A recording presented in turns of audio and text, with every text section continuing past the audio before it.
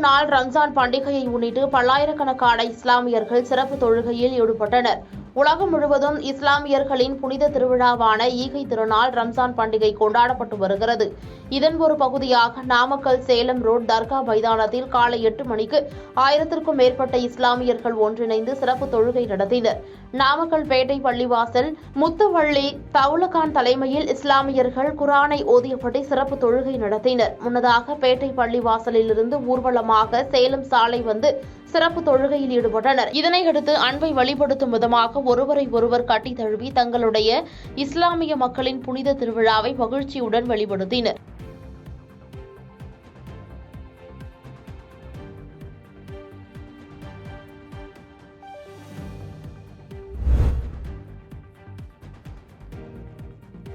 தென்காசி அருகே கோயில் கொடை விழாவிற்கு வரி வசூல் செய்வதில் தனிப்பட்ட நபர் மிரட்டி வருவதாக அப்பகுதியைச் சேர்ந்தவர்கள் புகார் மனு அளித்துள்ளனர்.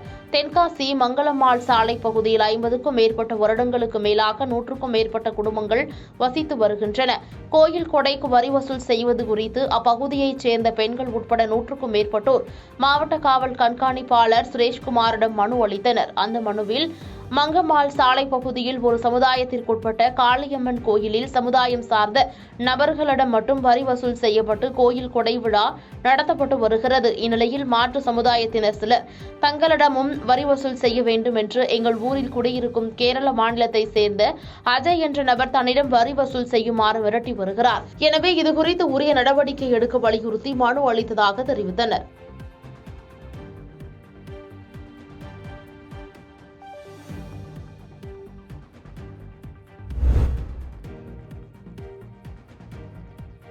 ரம்ஜான் திருநாளை முன்னிட்டு 3000க்கும் மேற்பட்ட இஸ்லாமியர்கள் ஈதுகா தொழுகை மைதானத்தில் கட்டி தழுவி அன்பை பரிமாறிக் கொண்டனர். தேனி மாவட்டம் பெரியகுளம் நகர் பகுதியில் 10க்கும் மேற்பட்ட இஸ்லாமியர்களின் பள்ளிவாசல்கள் உள்ளன. இந்த பள்ளிவாசல்களின் கூட்டமைப்பின் சார்பாக இஸ்லாமியர்கள் அனைவரும் ஒன்றாக இணைந்து ஊர்வலமாக சென்று அழகர்சாமிபுரம் பகுதியில் உள்ள இஸ்லாமியர்களின் புனித தொழுகை மைதானமான ஈதுகா மைதானத்தில் ஒன்று கூடி சிறப்பு தொழுகையில் பங்கேற்றனர். மேலும் ரமலான் மாதத்தில் நோன்பு இருந்த பெரியவர்கள் முதல் சிறுவர்கள் என அனைவரும் புத்தாடை உடுத்தி ஒருவரை ஒருவர் கட்டி தழுவி ரமலான் வாழ்த்துக்களை பகிர்ந்து கொண்டனர்.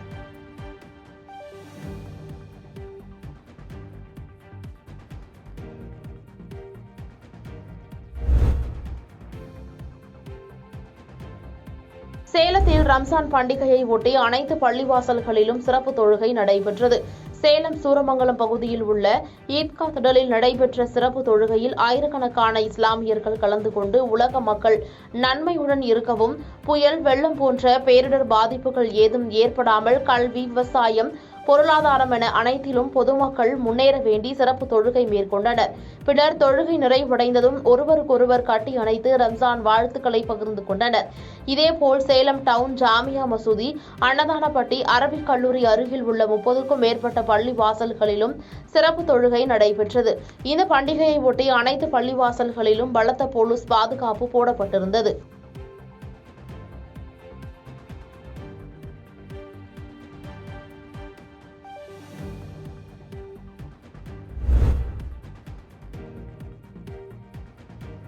உசிலம்பட்டி அருகே அடிப்படை வசதிகள் செய்து தரக்கோரி கிராம மக்கள் தேர்தல் புறக்கணிப்பில் ஈடுபட போவதாக தெரிவித்துள்ளனர்.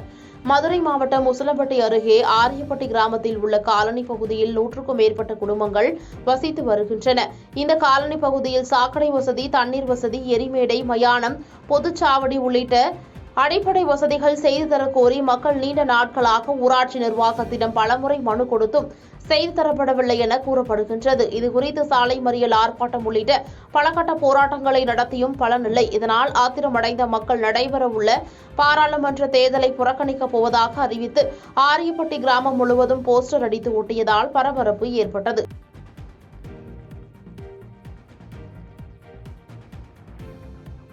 பாதகம் செய்பவரை கண்டால் நாம் பயங்கொள்ளலாகாது பாப்பா, மோதி மிதித்து விடு பாப்பா, அவர் முகத்தில் உமிழ்ந்து விடு பாப்பா. அண்மை செய்திகளை உடனுக்குடன் தெரிந்து கொள்ள இணைந்திருங்கள் இயம்நாடு தொலைக்காட்சியுடன்.